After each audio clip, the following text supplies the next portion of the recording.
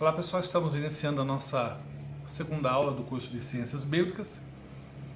Lembrando que na primeira aula nós vimos propósito e importância da Bíblia, origem e transmissão da Bíblia, estrutura e o foco na Bíblia hebraica, a primeira parte da Bíblia, né? Hoje nós vamos ver a segunda parte da Bíblia, que é o Novo Testamento, conhecido por todos como Novo Testamento, ou documentos apostólicos, eu prefiro chamá-la assim. A revelação das escrituras, idiomas originais, importância do estudo do idioma original e métodos de leitura e estudo bíblico. Claro que não vamos conseguir falar tudo, mas o objetivo é os pontos principais. E um bom estudo aí você completa a sua aprendizagem. Cremos na doutrina de Cristo ou dos apóstolos? O que é correto dizer? Eu creio na doutrina de Cristo ou eu creio na doutrina dos apóstolos? E perseveravam na doutrina dos apóstolos, e na comunhão, no partir do pão e nas orações. Por que não é doutrina de Cristo? Mas nós não estaríamos na doutrina de Cristo ou dos apóstolos? Não, mas eu aceitei Cristo. O problema é que o Senhor Jesus não escreveu nada e nem acompanhou a igreja no primeiro século. Por isso que ele preparou a sua equipe.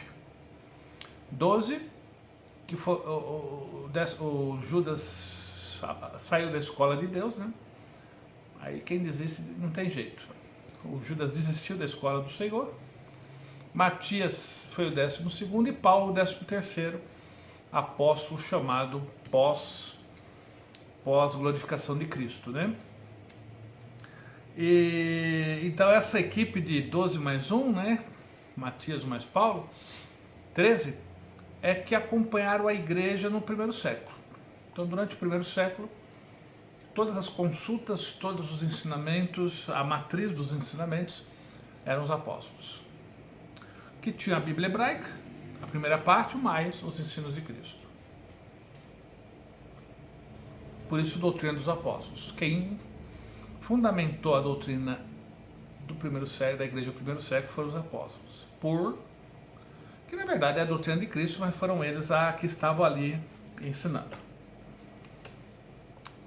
Documentos apostólicos seria o Novo Testamento, vamos conhecer um pouco mais. Aqui está, são 27 livros, Mateus, Marcos, Lucas e João. Esses três primeiros aqui, eles são chamados de sinóticos, porque eles têm o mesmo ponto de vista: nascimento, vida, morte, ressurreição e ascensão de Cristo.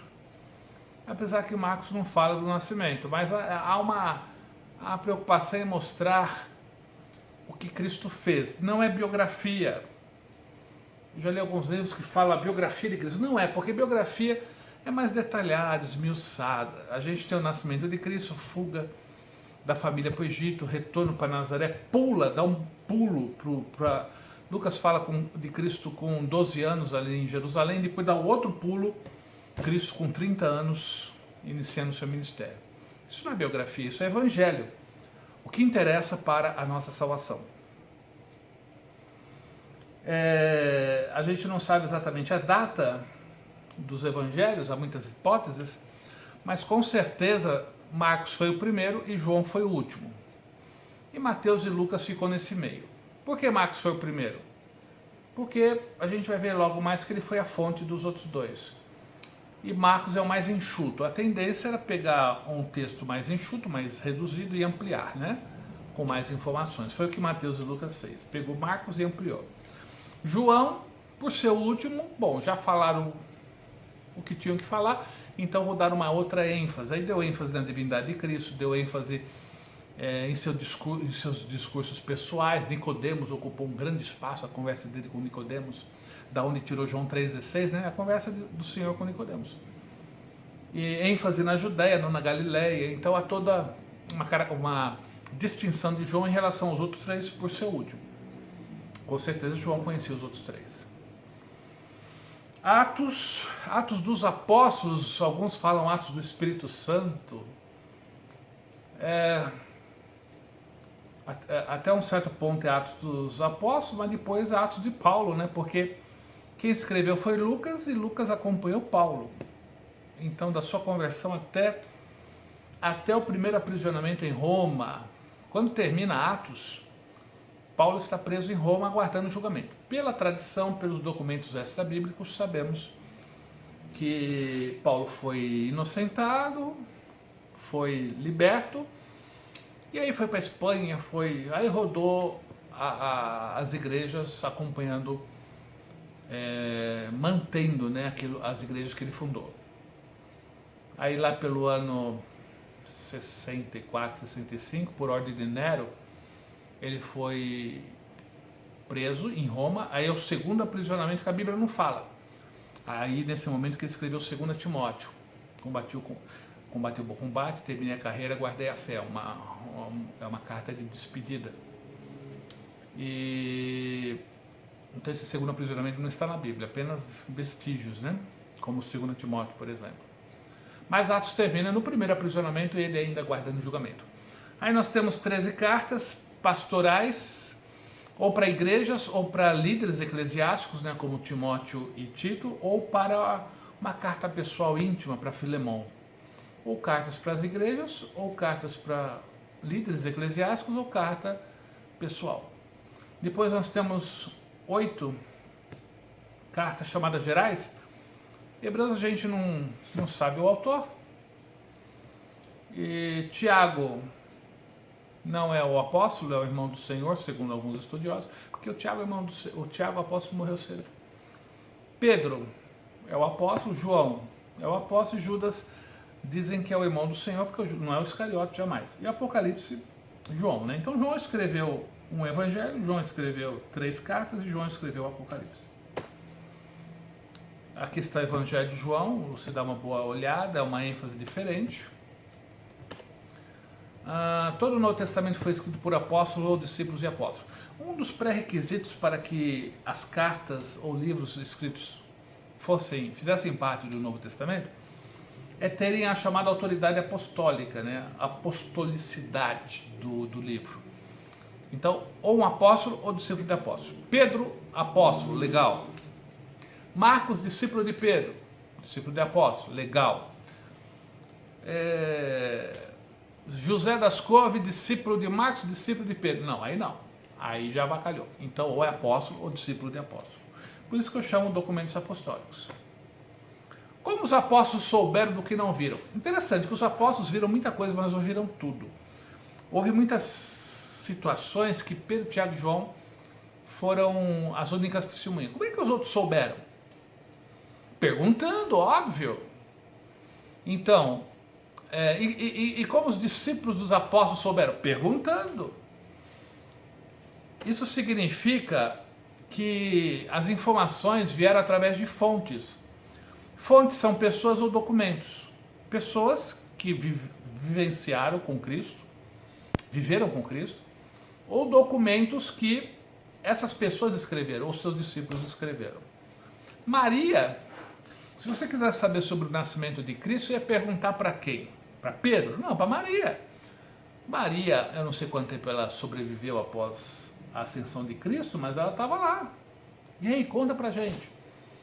Então Maria era uma pessoa. E se alguém escreveu o que Maria disse, não sei se escreveu, mas se alguém escreveu o que Maria disse, é uma fonte escrita. Pedro era uma fonte viva, pessoa. A chamada didaquê, que seria o conjunto de ensinos compilados pela igreja, também seria uma fonte. Então fonte é uma pessoa ou um documento, mas tudo com autoridade apostólica, pessoas que conviveram com Cristo. Os 12 apóstolos, quem foram? Então, a partir daqui, Bartolomeu, Felipe e João, André, Tadeu, Tiago, Tomé, Simão, Mateus, Tiago, Judas e Pedro. Aí vamos voltar ali. Olha a autoridade apostólica. Mateus, apóstolo. Marcos, discípulo de apóstolo. Lucas, discípulo. João, apóstolo. Lucas, discípulo. Paulo, ao mesmo tempo que é discípulo, mas também é apóstolo, chamado posteriormente. Hebreus a gente não sabe quem é o autor, mas com certeza era um apóstolo ou discípulo de apóstolo, para entrar no cânon. Tiago, irmão do Senhor, discípulo. Pedro, apóstolo. João, apóstolo. Judas, discípulo, provavelmente irmão do Senhor. E João, apóstolo. Então vocês viram a autoridade, a apostolicidade. Esses evangelhos, os evangelhos sinóticos, que é Marcos, Lucas e Mateus, ou na nossa sequência Mateus, Marcos e Lucas, você já notou que eles têm semelhanças? E tem mesmo. Mas às vezes versículos completos iguais. Por quê? Porque ou um usou o outro como fonte, ou usaram a mesma fonte. E aí justifica as semelhanças. Porque o Senhor Jesus fez muita coisa, ensinou muita coisa, mas há uma semelhança de eventos, porque usaram as mesmas fontes. Eu não vou entrar em detalhes aqui, mas pelas cores, você pode ver que Marcos ele foi a fonte de Lucas e Mateus. Marcos está presente em Lucas e Mateus. Com certeza, Lucas e Mateus usaram Marcos para construir o seu evangelho. Temos uma porção só de Lucas, por exemplo, detalhes do nascimento de Cristo, é Lucas que conta. Temos uma porção só de Mateus, por exemplo, os sábios do Oriente, né? Só Mateus fala. Temos uma porção comum a Mateus e Lucas, que seriam ensinos de Cristo. Dizem que havia uma fonte, um documento com um conjunto de ensinos de Cristo, né? E que Mateus e Lucas tiveram acesso. Então você dá uma olhada aí para ver a semelhança, ou exclusividade material ou material comum. Esse aqui você não tem na apostila, eu acrescentei a slide, mas ele é mais simples, né? Esse aqui é bem explicadinho, mas esse aqui é mais simples para você entender. Olha aqui, Marcos, que foi usado por Mateus e que foi usado por Lucas. Aí nós temos uma fonte Q, que seria ensinos, que foi usado por Mateus e Lucas. Marcos tem pouco ensino. Se você quer ensino, é Mateus e Lucas. As bem-aventuranças, Mateus e Lucas. Aí nós temos uma porção exclusiva de Mateus, a fonte M, e uma porção exclusiva de Lucas, fonte L.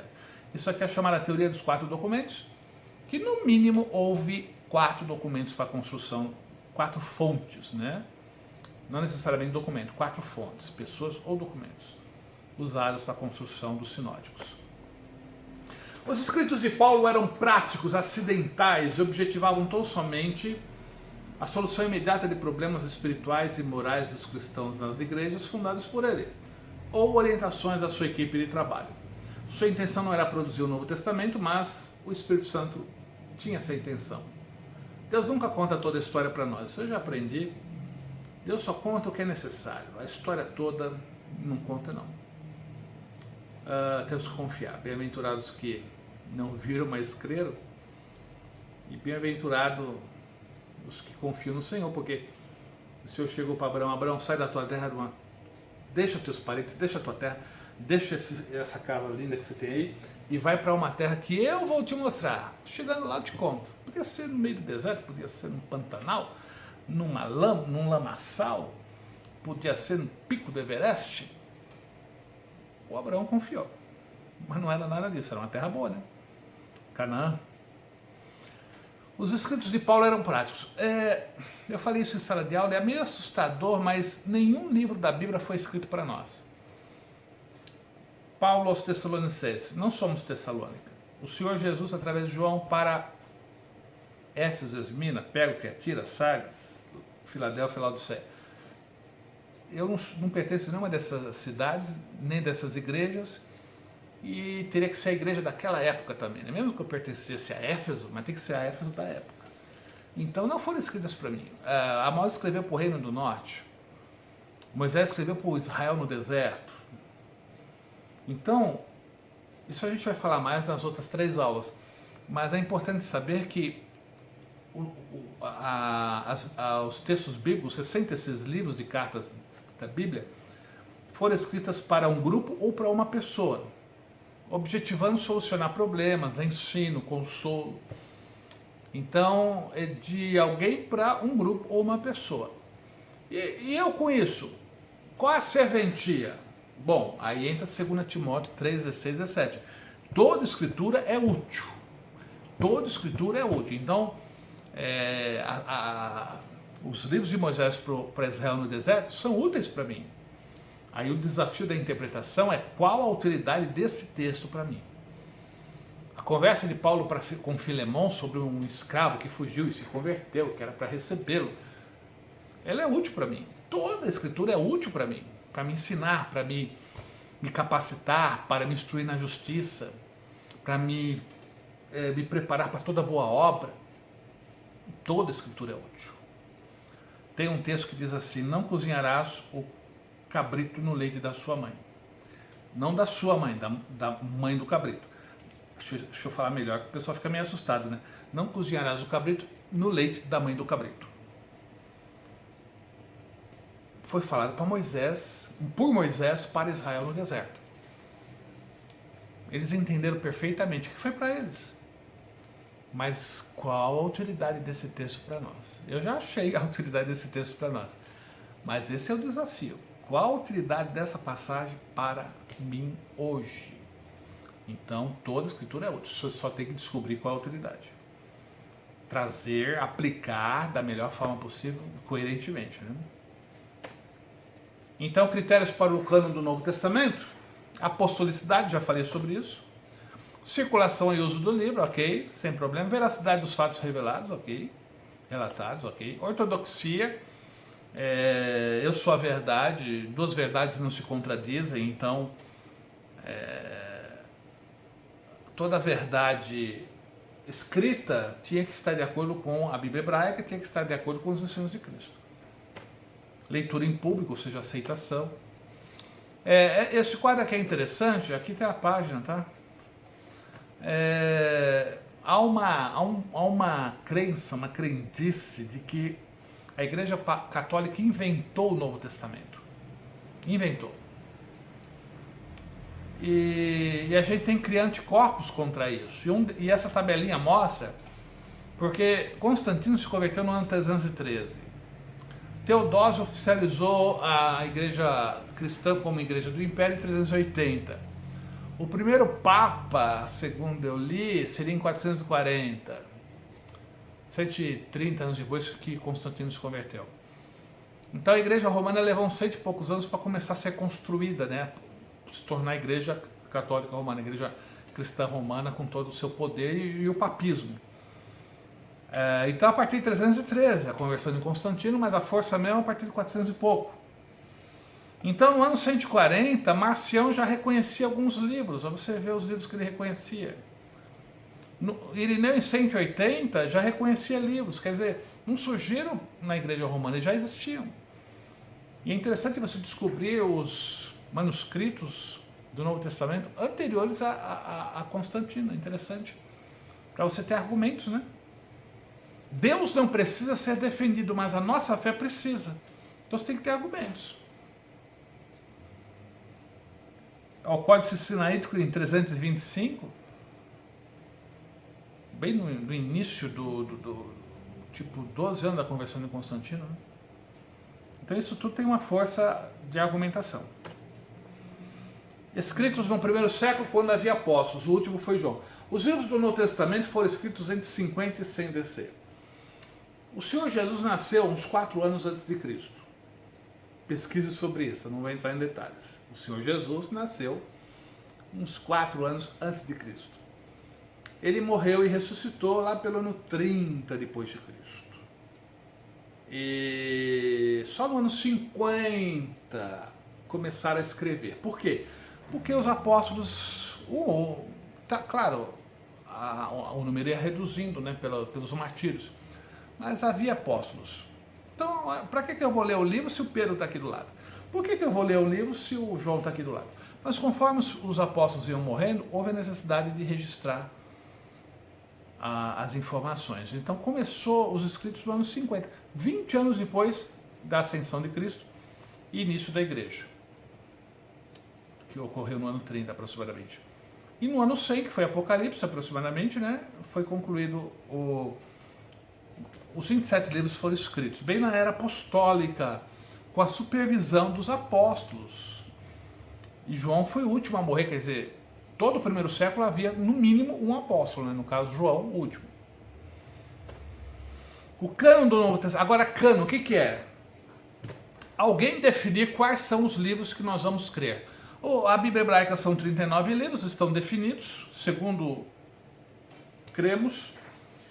É um pouco contestado, mas há uma certa dúvida, mas muitos estudiosos colocam o Concílio de Jâmnia no ano 100 depois de Cristo, como Jâmnia ali na Judéia, né?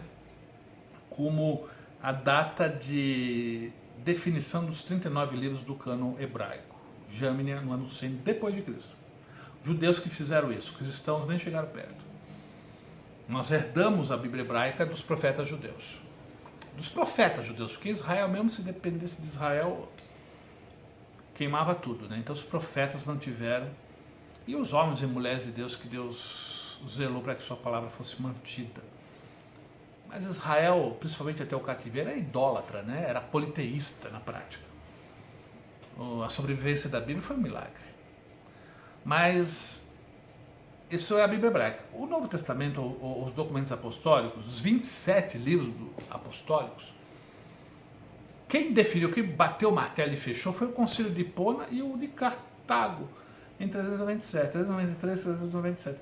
4 séculos quase depois. A partir do princípio que Moisés escreveu no ano 1000, 1500 a.C. e Malaquias uns 400 a.C., a definição do cânon do Novo Testamento foi mais rápido do que da Bíblia hebraica. 400 anos perto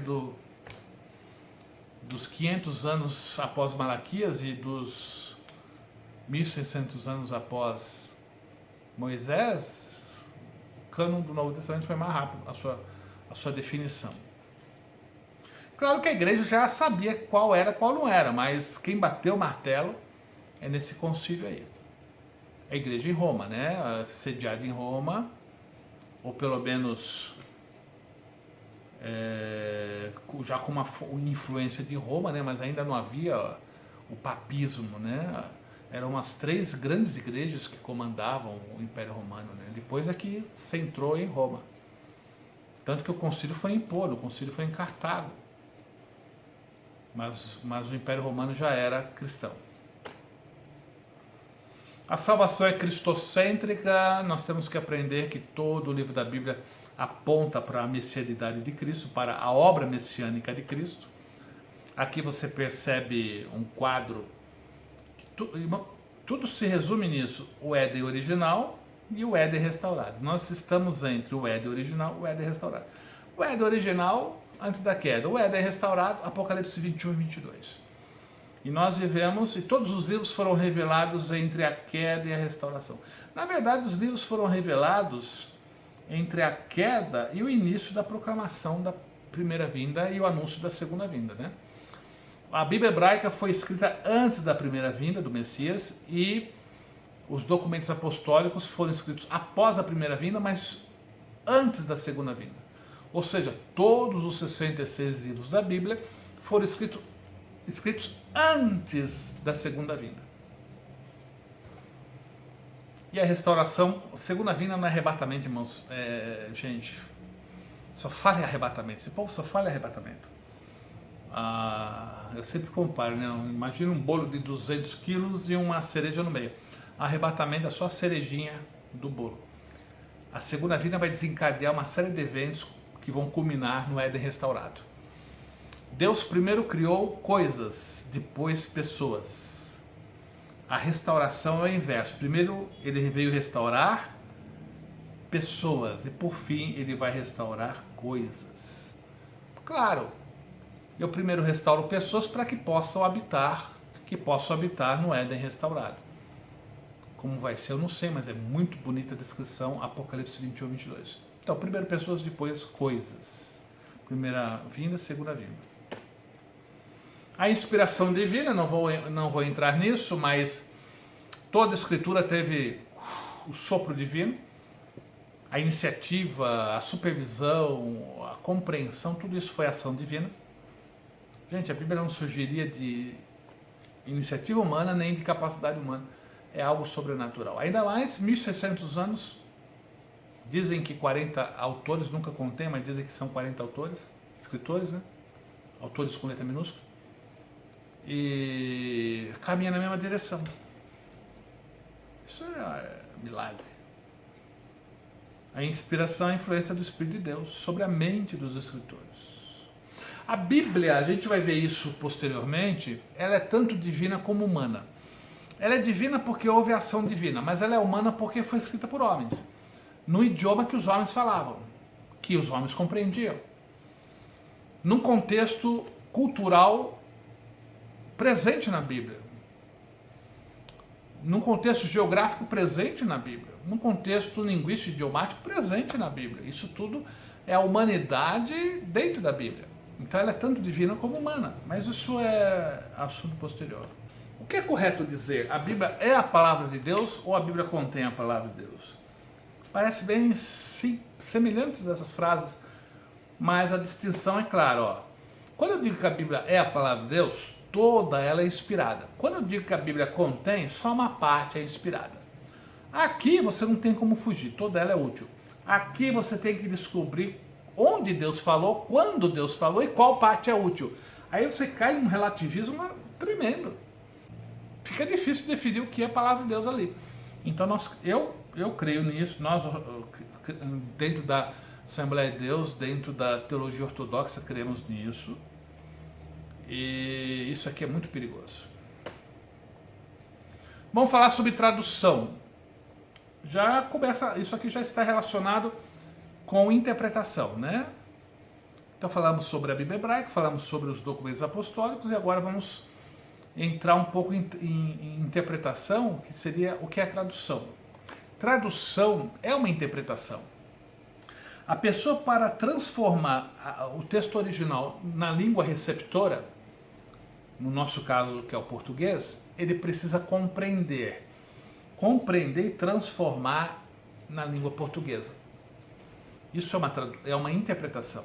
Por isso que nenhuma pregação pode se basear num texto, numa versão da Bíblia apenas, numa tradução. Nenhuma doutrina pode se fundamentar só numa tradução. Você tem que ter várias traduções e, de preferência, capacidade para consultar nos originais, dicionários, comentários exegéticos. O que é comentário exegético? O que é um dicionário exegético? Que analisa o original. Porque no hebraico, na Septuaginta, no grego, na cultura grega, a palavra significava babá, isso é análise, isso é exegese. É um dicionário exegético, é um comentário exegético. Quando começa só a falar baseado na tradução, baseado no português, E outra coisa, comentário da Bíblia em um volume só, fuja. Cada livro da Bíblia tem que ter um volume analisando. É muito conteúdo. Traduzir é transmitir o significado exato da mensagem original, grego e hebraico e um pouquinho de aramaico, usando-se a construção gramatical e as expressões idiomáticas da língua receptora. Eu encontro no hebraico, eu encontro no grego, tenho que transformar, reconstruir aquele conteúdo na língua, no caso nosso, português. Aqui mostra 10 palavras que eu achei na internet, difíceis de traduzir. Então, nem toda palavra é fácil traduzir. Tradução é uma aventura, tradução é um desafio. Tipos de traduções. A tradução pode ser literal demais, eu nunca vi uma... Eu ouvi dizer que tem, mas nunca ouvi. A literal demais, eu não estou nem aí com você. Eu creio que o texto bíblico é sagrado, eu não posso mexer muito. Então, eu vou traduzir literalmente o que está escrito, pegue fogo quem vai ler.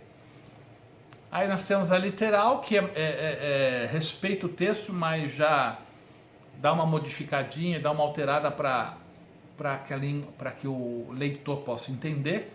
Modificada, ele altera um pouco mais para facilitar a compreensão. Por exemplo, ele não vai traduzir por côvado, ele vai traduzir por centímetros.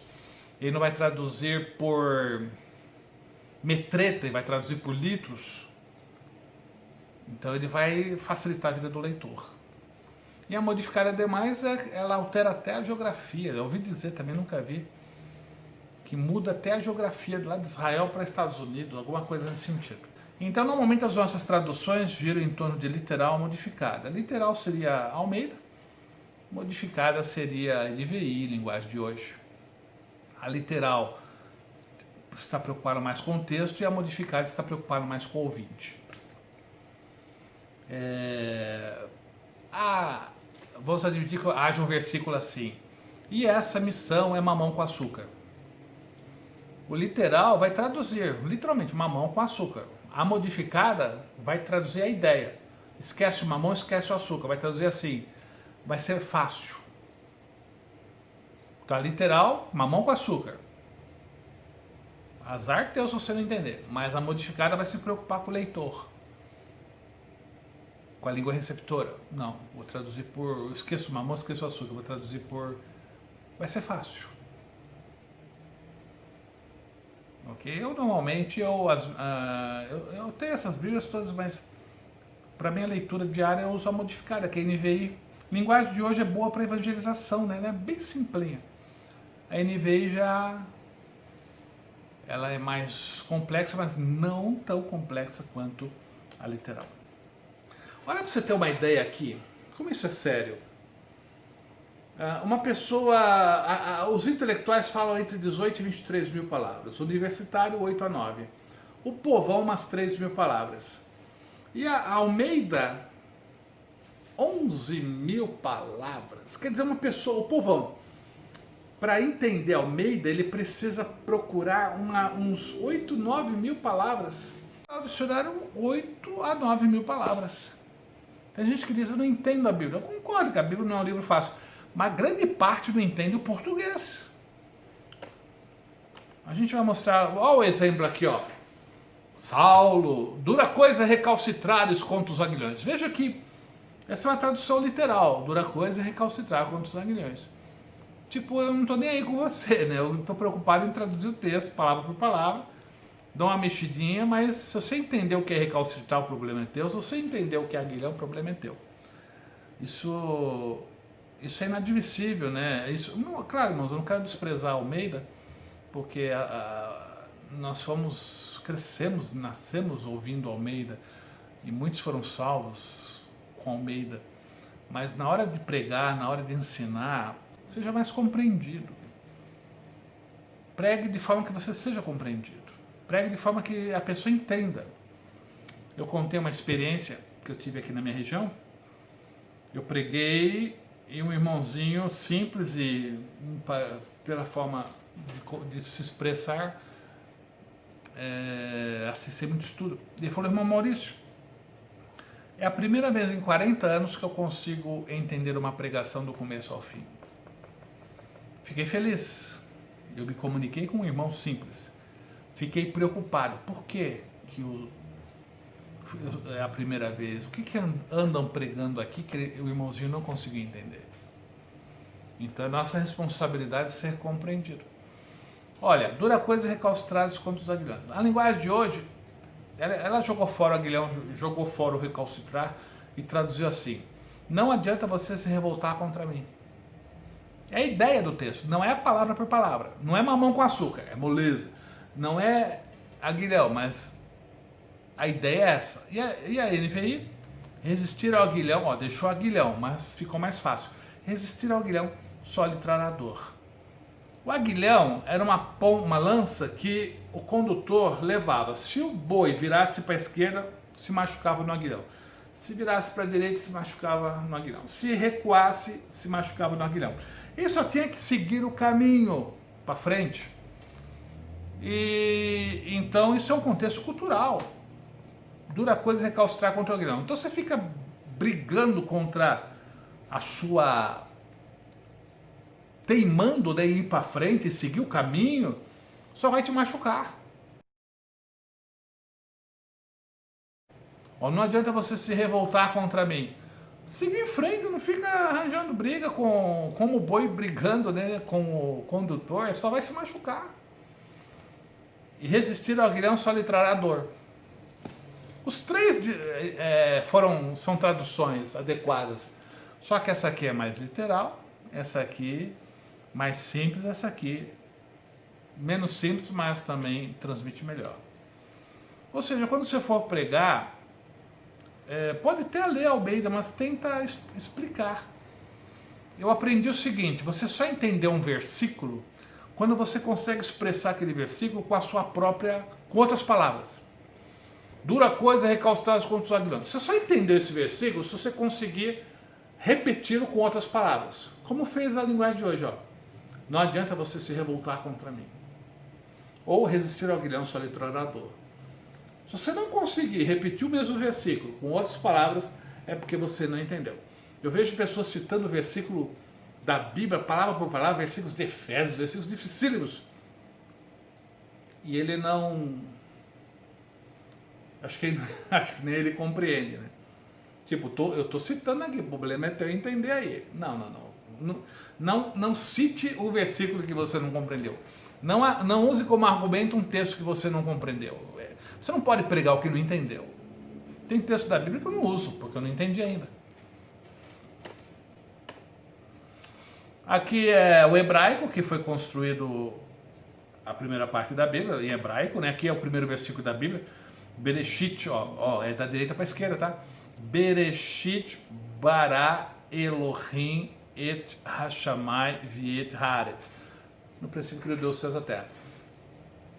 É a língua da primeira parte da Bíblia, mas o finalzinho dos escritos sagrados da Bíblia hebraica foram feitos em aramaico.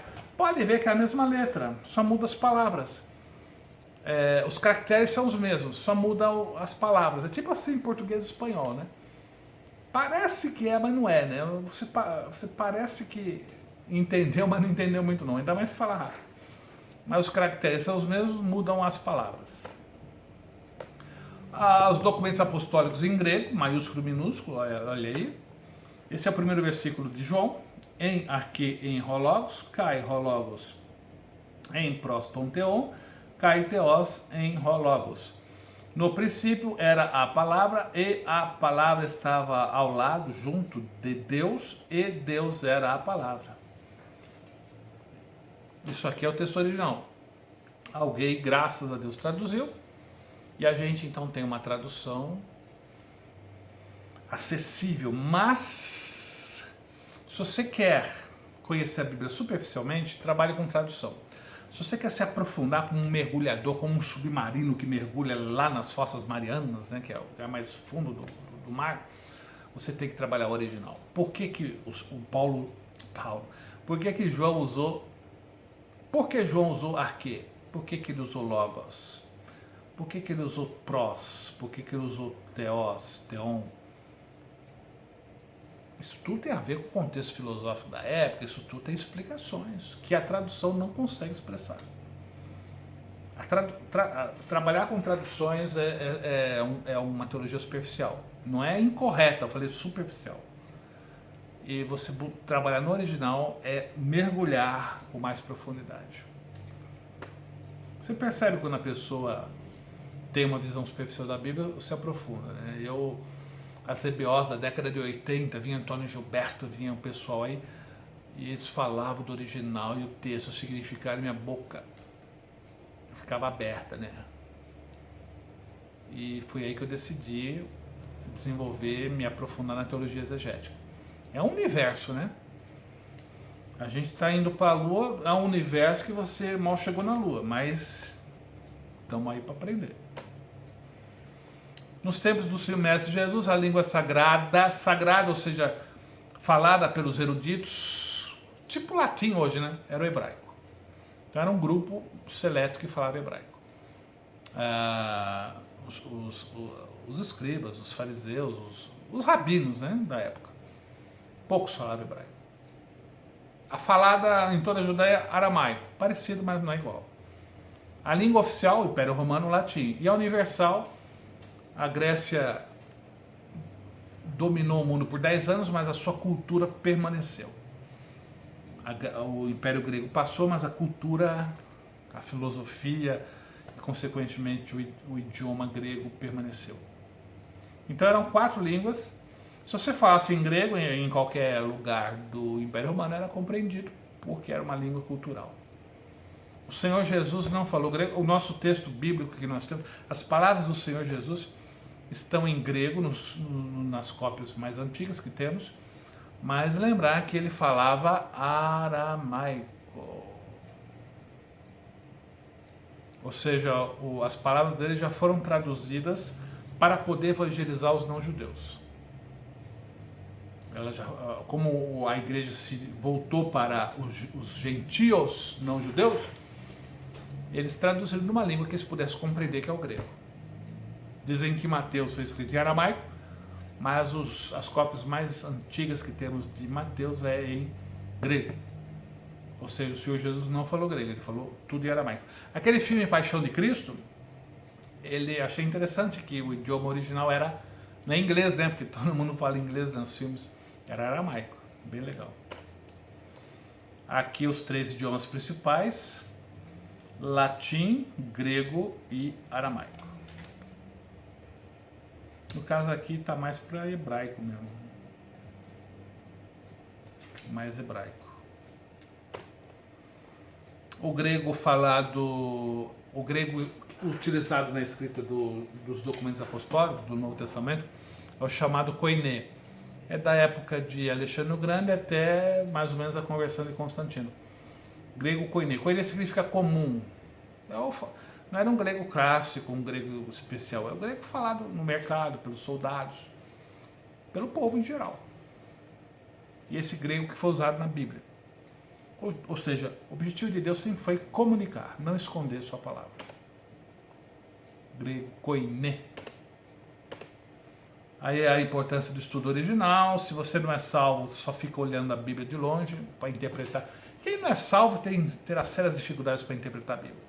Se você só trabalha com traduções, você obrigatoriamente vai ter uma visão boa, mas superficial. E trabalhando o original, comunhão com Deus com certeza, nem vou falar aqui, né? Comunhão com Deus. Mas tendo a comunhão com Deus só com traduções, vai ter um alcance. Tendo comunhão com Deus e trabalhando no original, vai longe. Vai fundo. Quer ver? Shalom. O que é shalom? Paz. Não. Shalom é traduzido por paz, mas significa um estado de plenitude, um estado em que tudo está completo. A paz está completa, a alegria, a saúde, a prosperidade. Então, que tudo esteja completo na sua vida. Porque o pecado nos torna incompletos e a santidade, a bênção de Deus nos torna completos. Como é que você estuda isso? Num dicionário exegético. Porque se você olha no português, na Bíblia traduzida é paz. Pronto, resolveu. Resolveu para traduzir, mas omitiu um monte de informação. Escândalo. Escandalizar. Escandalizar não é assustar, deixar a pessoa de cabelo em pé. Escândalo é uma armadilha utilizada para capturar pequenos animais. Escandalizar alguém é você capturar aquela pessoa no pecado. É você agir de tal forma que você conduz aquela pessoa ao pecado, conduz aquela pessoa para longe de Deus. Então, empurrar a pessoa para o pecado ou empurrar para longe de Deus é escandalizar. Berit diatek também, que é traduzido por aliança, né? É o maior, estabelece as cláusulas e oferece ao menor. Olha, eu tenho um acordo com você, um conserto, aceite ou rejeite, mas não pode alterar. Ou você aceita, eu estabeleci o maior. Você pode aceitar ou rejeitar, mas não pode alterar as cláusulas. Então, isso era uma aliança que existia, tanto na cultura judaica como na cultura grega. E foi utilizada essa palavra, brit ou diatek, para expressar a aliança de Deus para conosco. Eu estabeleço o meu conserto, né? E você aceita ou rejeita. Quem crer será salvo, quem não crer será condenado. Mas alterar as cláusulas, não. Vê como fica mais, você se aprofunda mais na ideia do escritor original? Qumran. Isso aqui é uma descoberta fantástica que revolucionou a crítica textual, a reconstrução dos autógrafos. Não há documentos originais, mas com as milhares de cópias a gente pode se aproximar bastante. Cresce que já nos aproximamos uns 97% do texto original. A crítica textual que faz essa reconstrução. Então, Qumran 47 foi uma descoberta fantástica. 930 fragmentos, não só Bíblia, mas outros documentos e Bíblia. Só para você ter uma ideia, esse é os vasos. É um lugar seco, né? Que houve uma permanência, o que tornou possível a durabilidade desses manuscritos. Um manuscrito encontrado. Isso aí você tem na apostila. Olha o rolo de Isaías, gente, que lindo. Praticamente intacto. Olha, antes de Qumran, o livro mais antigo, a cópia mais antiga, era do ano 1000 depois de Cristo. E agora com Qumran, o Isaías mais antigo é 200 anos antes de Cristo.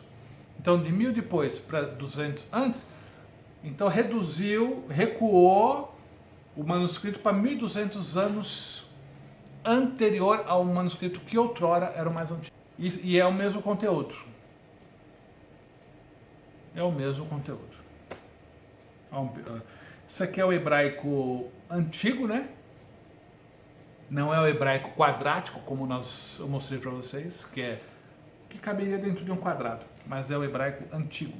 Septuaginta, você vai dar uma boa lida, é a Bíblia que a igreja usou para espalhar o evangelho, porque a Septuaginta é a tradução do hebraico para o grego, do Antigo Testamento, da Bíblia hebraica, foi traduzida para o grego, e como o pessoal não falava hebraico, falava mais grego do que hebraico, foi utilizada pela Igreja Apostólica, a Igreja dos Apóstolos. Ela possuía todos os 39 livros da Bíblia hebraica, mais os apócrifos e alguns outros que nem os católicos romanos aceitaram. Isso não significa que a Igreja cristã utilizou os apócrifos, significa que eles tinham acesso, tiveram acesso. Mas você vê, por exemplo, um apócrifo citado, não um apócrifo romano, mas um apócrifo que não entrou no cânon nem da igreja romana, que é Enoque. Judas cita Enoque. Ou seja, esses apócrifos possuíam verdades, mas não tinham inspiração. Algumas verdades entravam e o escritor inspirado definiu a verdade ali. É ele que fez. Então aquela verdade extraída do apócrifo foi inspirada, não o livro. Mas só para você ter uma ideia que a igreja do primeiro século teve acesso aos apócrifos e outros livros que não entraram no cânon. Por que chamam de Satanás e Lúcifer? Problema de tradução, problema de interpretação. A gente decidiu que Isaías 14 e Ezequiel 28 é a queda do diabo, e aí desenvolveu-se uma teologia em cima disso, e eu tenho problemas com isso. Eu nunca vou chamar Satanás e Lúcifer, porque eu acho muito mal explicada essa situação. Então dá uma boa lida aí. Bíblias em português. Lembrando que o português inicial é o português de Portugal. Depois foi trazido para o Brasil, mas a ideia inicial era o português de Portugal. Olha aí. Bíblia de Almeida. Almeida traduziu todo o Novo Testamento e o Antigo até Ezequiel 48, 21. A partir daí, um outro camarada terminou o Antigo Testamento. Ele traduziu praticamente, não sei quantos por cento, mas todo o Novo Testamento. E o Antigo até Ezequiel 48, 21. Isso aqui é de 1693. Olha para você ver a tradução. Logos foi traduzido por palavra. Depois optaram por verbo. Mas a ideia é palavra. No princípio era palavra. A palavra estava com Deus, a palavra era Deus, a palavra se fez carne e habitou entre nós. Ou seja, Cristo é a revelação de Deus. Olha que legal. Como que no século XVII era construídas as palavras. Veja que não houve muita mudança. É isso aí, pessoal. Capítulo 2, ou aula 2, né? E nos vemos agora na terceira aula. Que Deus abençoe em nome de Jesus.